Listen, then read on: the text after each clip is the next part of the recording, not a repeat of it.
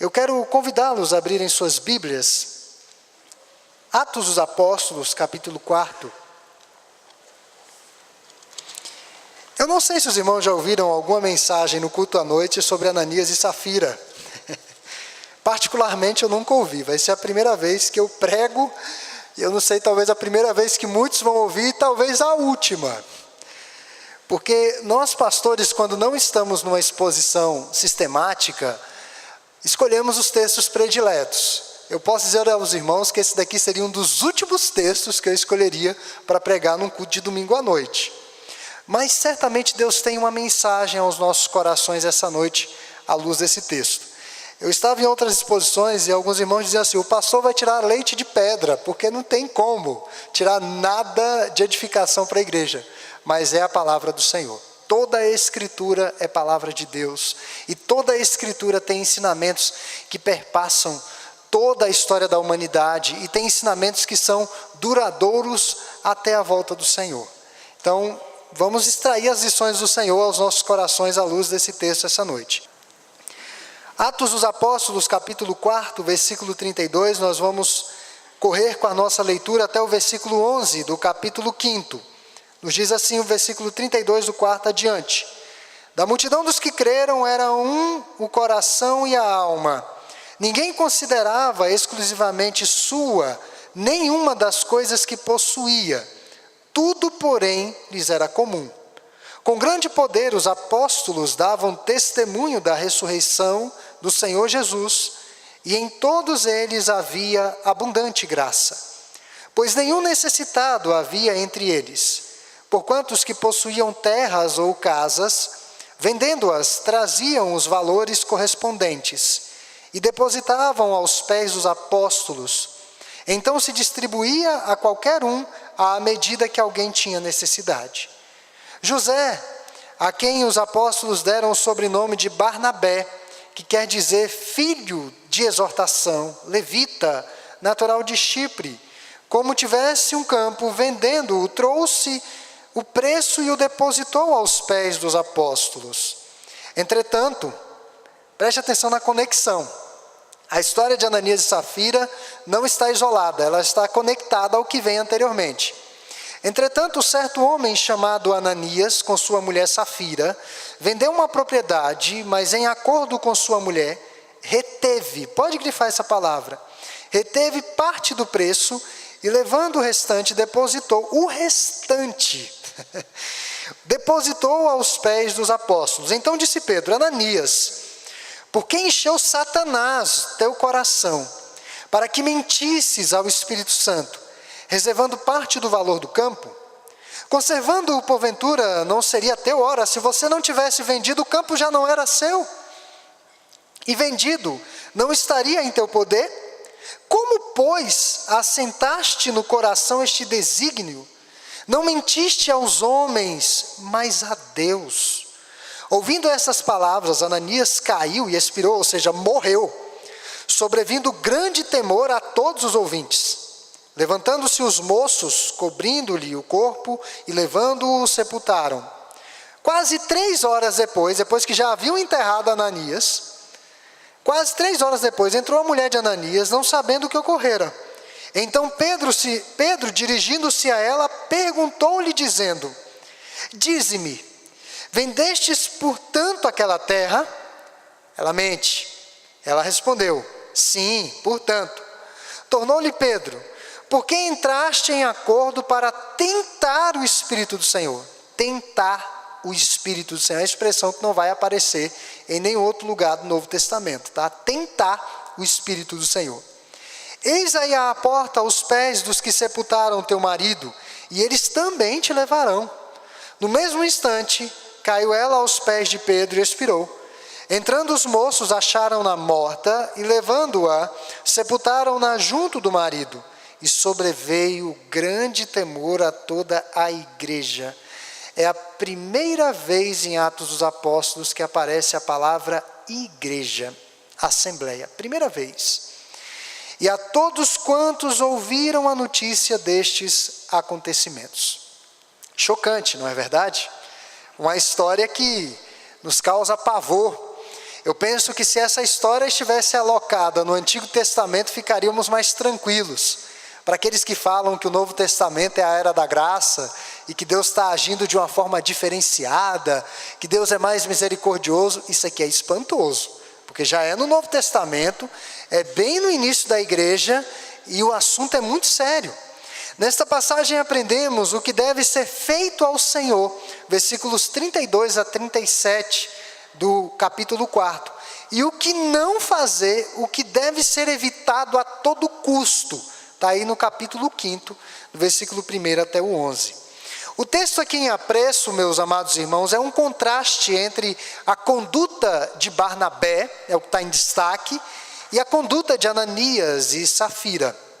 Barnabé foi impulsionado a fazer o que fez pelo amor.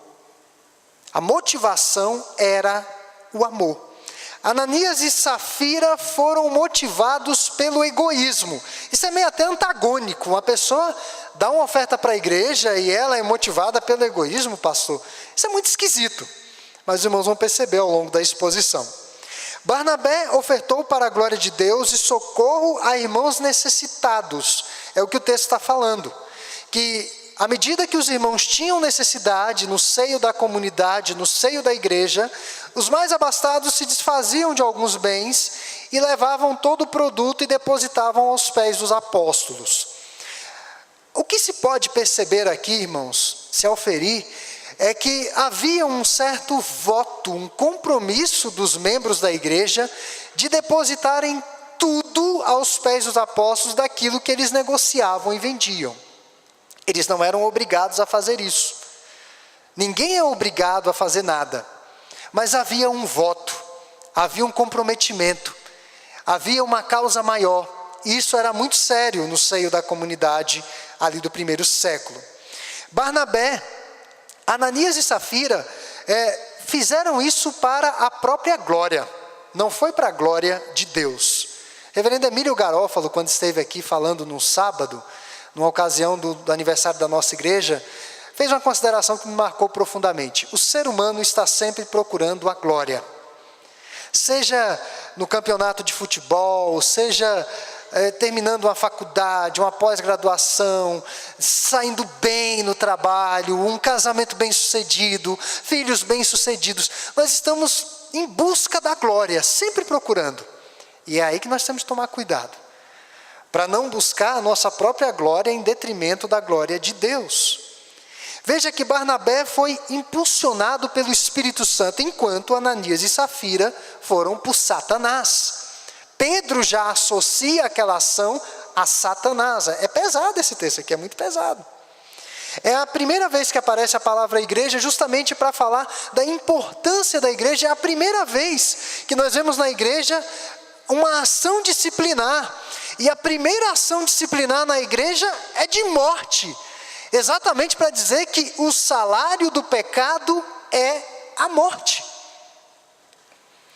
Aos que não gostam de disciplina ou que são contra a disciplina, pois a igreja nasce assim. No capítulo 5 já estamos num quadro disciplinar, seríssimo. E o nosso tema essa noite é como caminhar com o coração no Senhor. Como caminhar do início ao fim da jornada cristã com o nosso coração no Senhor. Quais instruções de Deus, ou quais instruções Deus tem nessa passagem para a igreja nesse contexto tão emblemático? Eu penso que todo crente que já leu a Bíblia pelo menos uma vez já passou por esse texto aqui e ficou preocupado. Ficou sem entender. Por que Deus não omitiu isso? Por que Lucas não deixou isso passar? Por que isso não ficou lá no primeiro século? E por que isso está no livro sacrossanto? E por que nós temos que ler isso como palavra de Deus? E nós precisamos ver qual é a mensagem de Deus para as nossas vidas. Então, a primeira instrução que eu quero tratar aqui essa noite é sobre a generosidade na comunhão, que está no capítulo anterior, capítulo 4, do 32 a 37. Barnabé, como o texto mesmo diz, foi um homem cheio do Espírito Santo. O reverendo John Stott, que foi um pastor inglês, um dos maiores teólogos do século passado, disse o seguinte: a plenitude do Espírito Santo se evidencia tanto nos atos como nas palavras, tanto no serviço como no testemunho, tanto no amor pela família, como na proclamação ao mundo. Ou seja, o Evangelho é completo, é total, ele não fica limitado apenas a áreas. Nós temos um costume muito ruim na nossa cultura, dizer a minha área sentimental, minha área financeira, minha área da igreja, minha área espiritual. Isso não existe. Não existe negócio de área. Existe uma vida inteira diante de Deus, uma vida inteira revestida por Deus. De modo que a minha vida na igreja não deve ser diferente da minha vida no lar. O meu procedimento no trabalho não deve ser dissociado do Evangelho de Cristo. Essa dicotomia, essa separação entre sagrado e profano não deve existir no meio da igreja. E veja que Barnabé tinha isso muito forte na vida dele. Então, o amor que ele tinha não consistia naquilo de meramente verbalizar. E Barnabé era um pregador, filho da exortação, um homem que tinha uma palavra de peso. Já viram aquelas pessoas que falam muito e não fazem nada? Conhecem pessoas assim? Você vai fazer uma reunião, sempre tem aquele que fala, aquele que tem ideias, aquele que diz que... Mas na hora do sujeito dar um passo, ele não se mexe. Não faz absolutamente nada, fica apenas na fala. O amor consiste naquilo que falamos, mas também naquilo que efetivamente fazemos. Barnabé era um homem piedoso.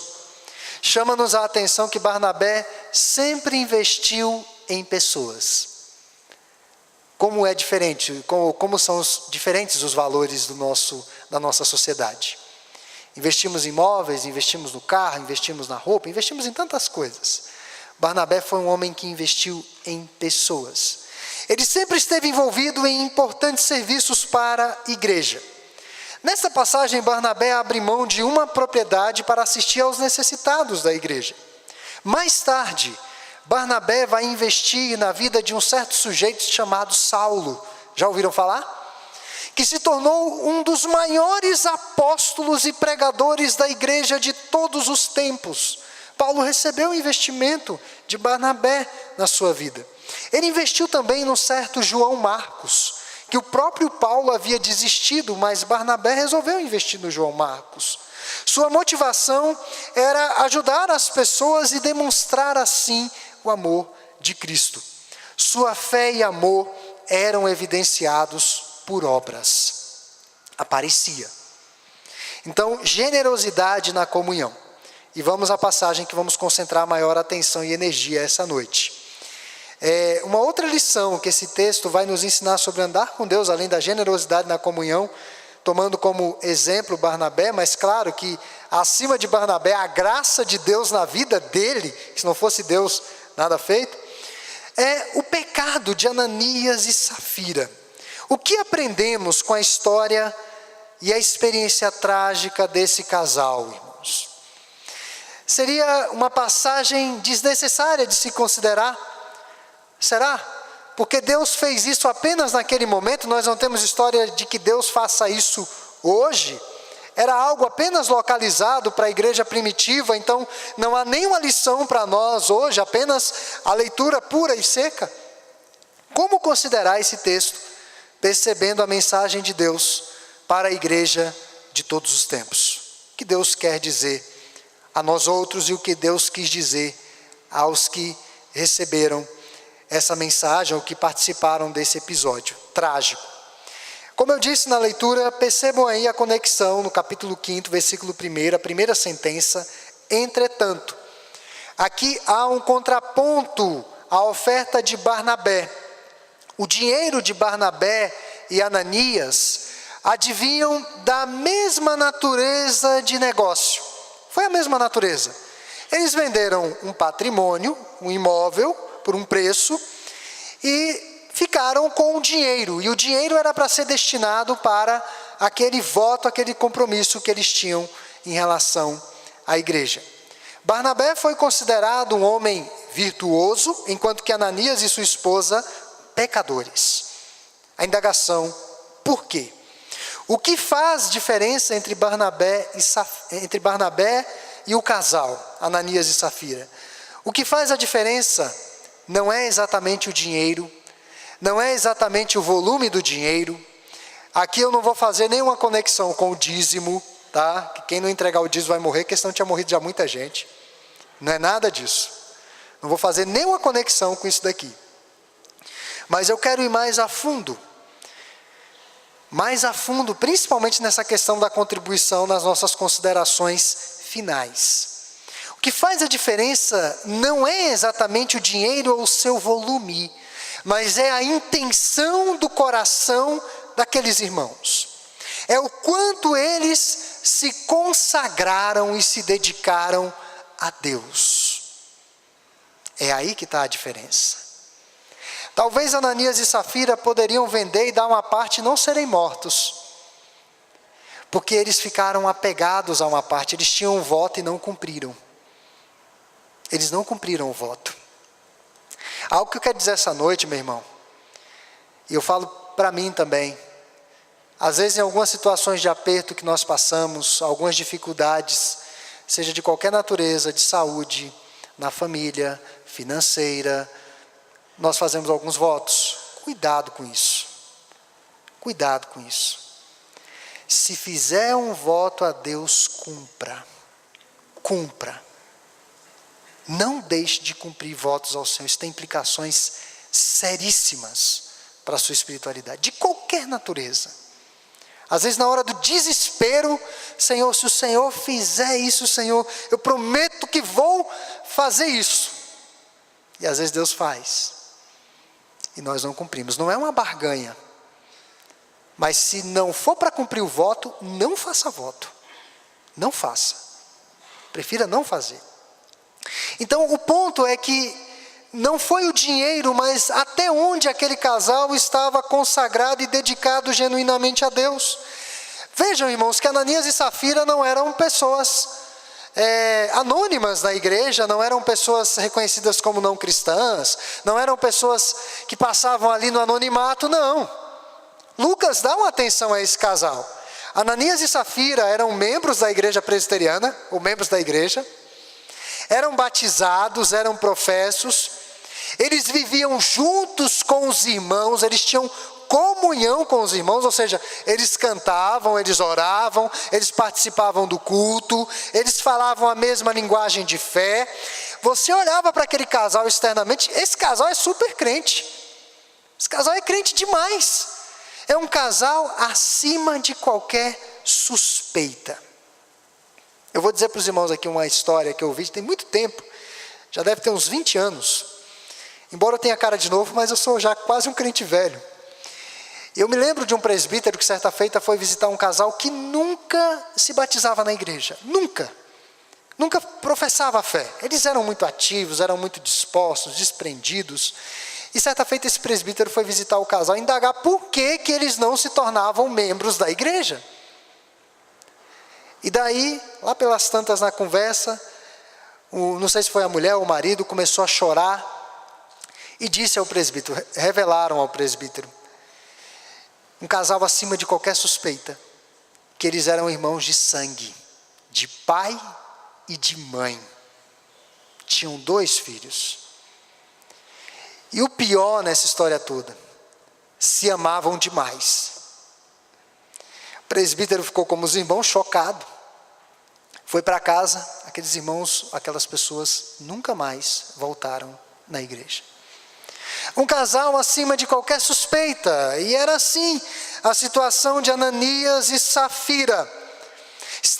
Externamente eram crentes. O exemplo de desprendimento de Barnabé acabou fascinando a esses 2 irmãos, entre aspas. Certamente a igreja toda estava comentando o que Barnabé havia feito. Barnabé se desprendeu tanto ao ponto de vender uma propriedade e dar uma oferta vultuosa. Queriam o crédito e o prestígio da generosidade sacrificial sem terem de arcar com as inconveniências disso. Eles queriam a fama, mas eles não queriam arcar com as inconveniências que vêm em decorrência disso. E aqui eu chamo a atenção para algo que nós às vezes não atentamos, que é a hipocrisia. É isso que Pedro está chamando a atenção de Ananias aqui no seu interrogatório, nas suas perguntas retóricas. Versículo 3º e 4º. Então disse Pedro: Ananias, por que encheu Satanás o teu coração para que mentisses ao Espírito Santo, reservando parte do valor do campo? Por que você fez isso? O pecado não era a oferta em si, mas o que a oferta aparentava. Qual era a aparência daquela oferta? Era uma parte e entregaram como se fosse integral. E aqui eu mal comparo na igreja às vezes, que nós temos o nosso, digamos assim, eu vou colocar uma palavra forte mesmo, nós temos o nosso pacto de contribuição, e isso é constitucional na Igreja Presbiteriana do Brasil. Todas as igrejas presbiterianas deste país, jurisdicionadas ao Supremo Concílio, devem remeter 10% das suas arrecadações ao tesouro do Supremo Concílio. E todos os membros da igreja, quando vêm à frente, fazem profissão de fé e batismo, prometem sustentar essa igreja, participando dos trabalhos e contribuindo com os trabalhos, até mesmo financeiramente. Eu mal comparo o que Ananias e Safira fez com o que muitos fazem. É 10%, mas eu dou 5%, eu dou 6%. Eu dou quanto eu achar que tenho que dar. Eu não preciso dar 10%, não preciso dar valor nenhum.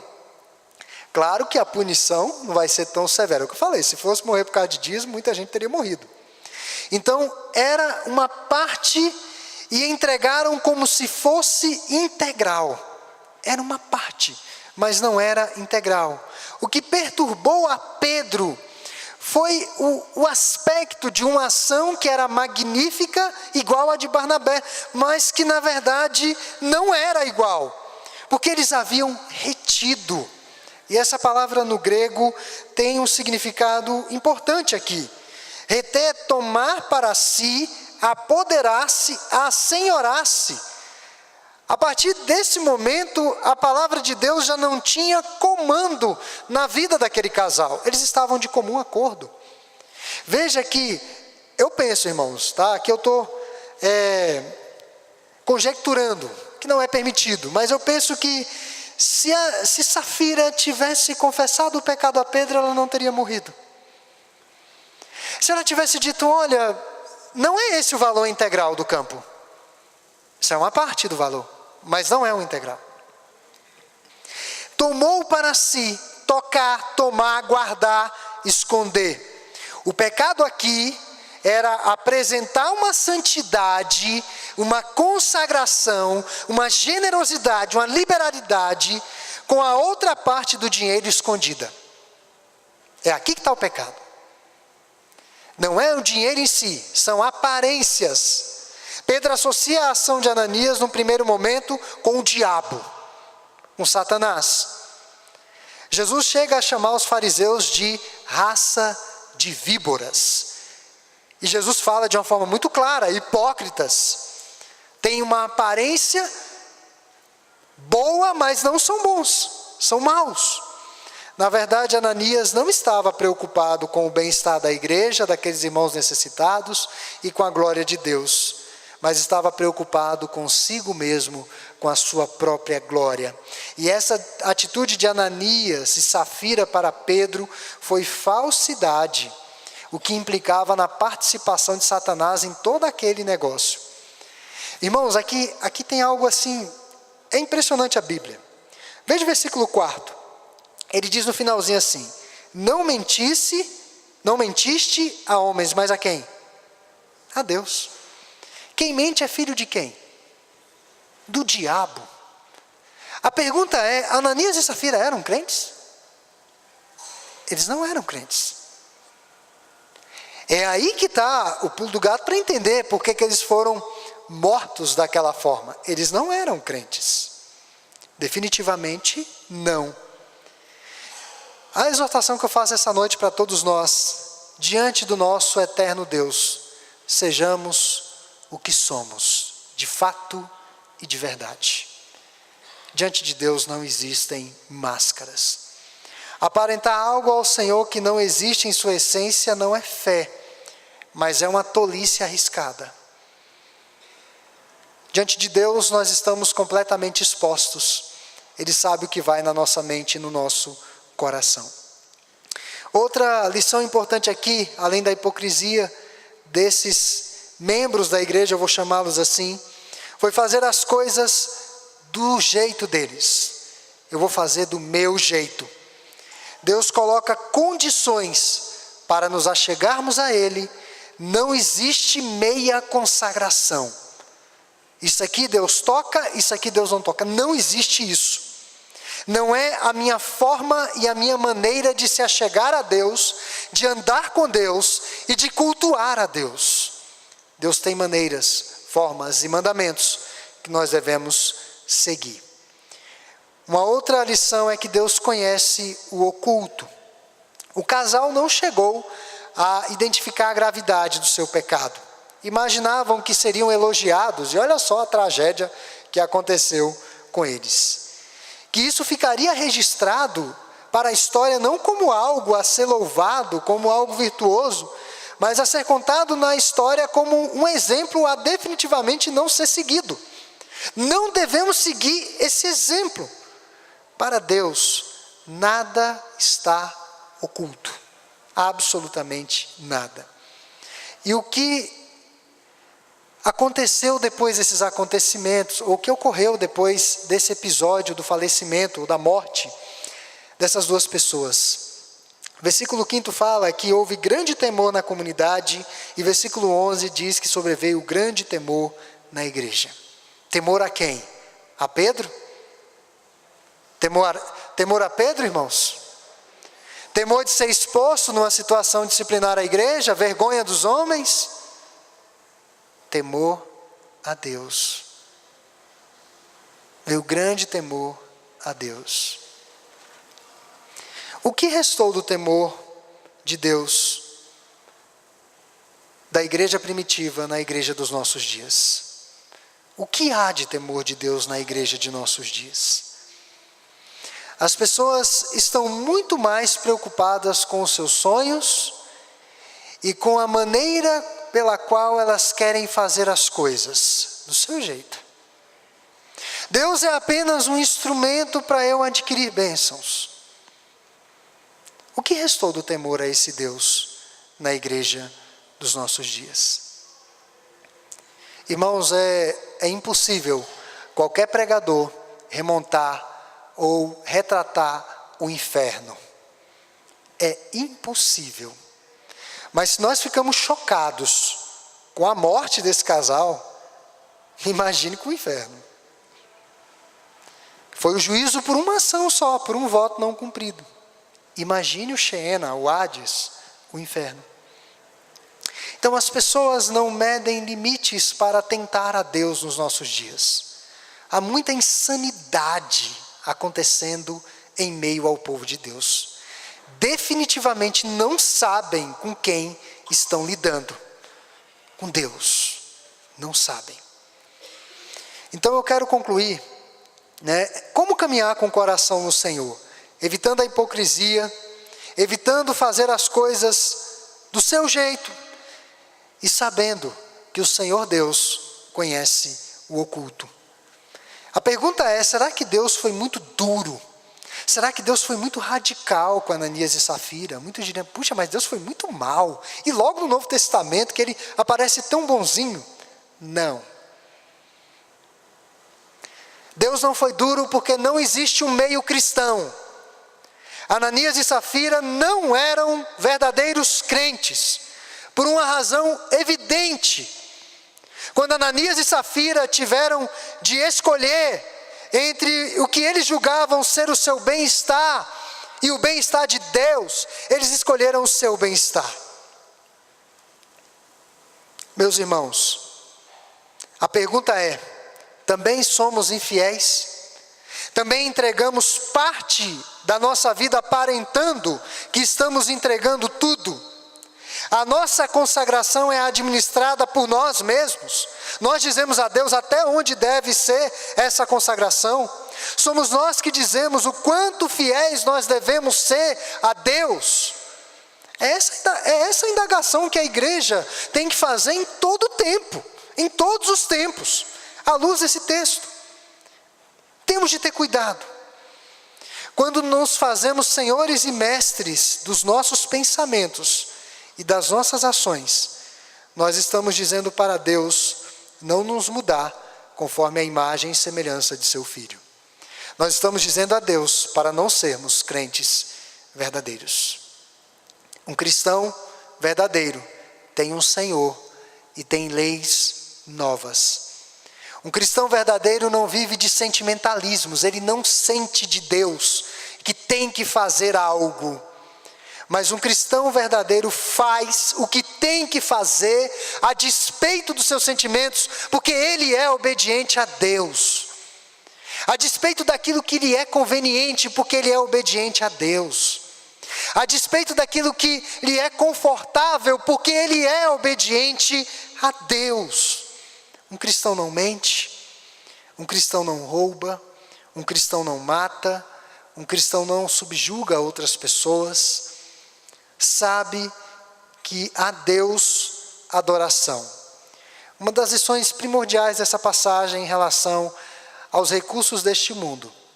O cristão sabe a Deus adoração, as pessoas o amor e as coisas uso. Se você sair daqui essa noite com isso registrado no seu coração e decidido a viver, já valeu a mensagem toda. A Deus, adoração. Diante de Deus eu me curvo. Aos irmãos, o amor. É a dívida que eu tenho. É dívida. É mandamento. Eu nunca vou pagar. É a única dívida que eu tenho com os meus irmãos. É amor. E a coisas, uso. Coisas passam. Devem ser usadas apenas.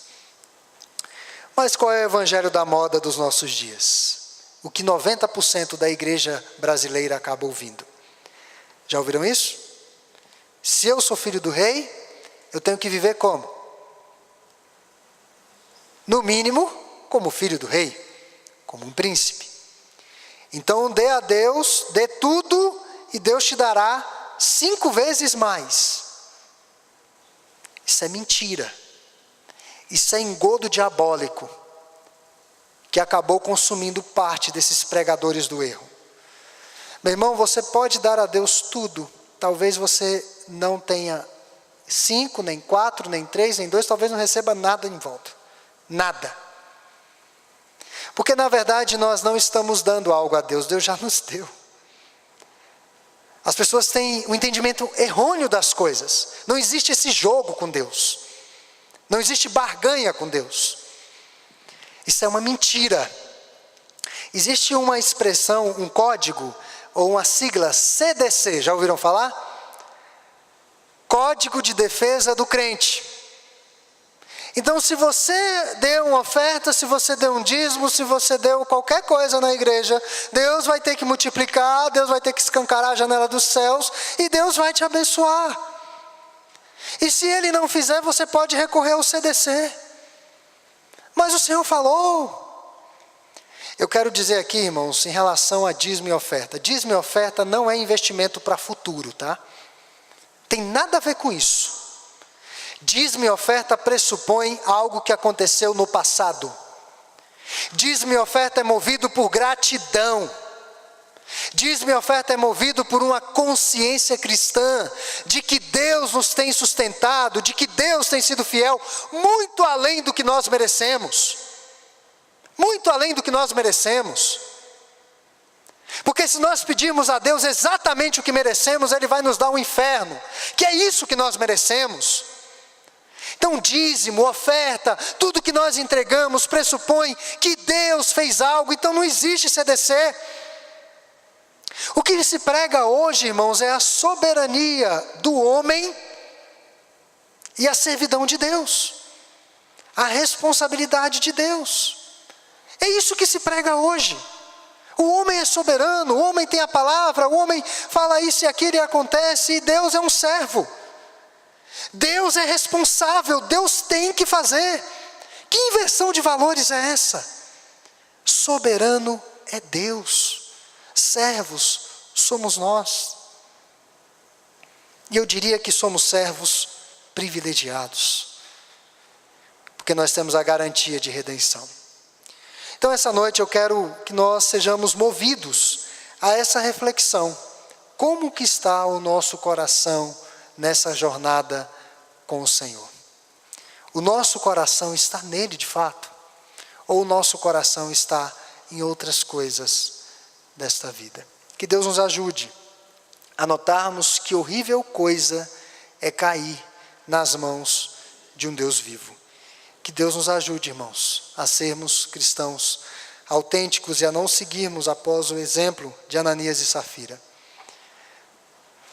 E esse texto está aí propositadamente. Deus deixou aí propositadamente, exatamente no Novo Testamento, no início da igreja, para dizer que os crentes de todos os tempos têm que procurar uma vida completa, consagrada a esse Deus. Que Deus tenha misericórdia de nós. Amém.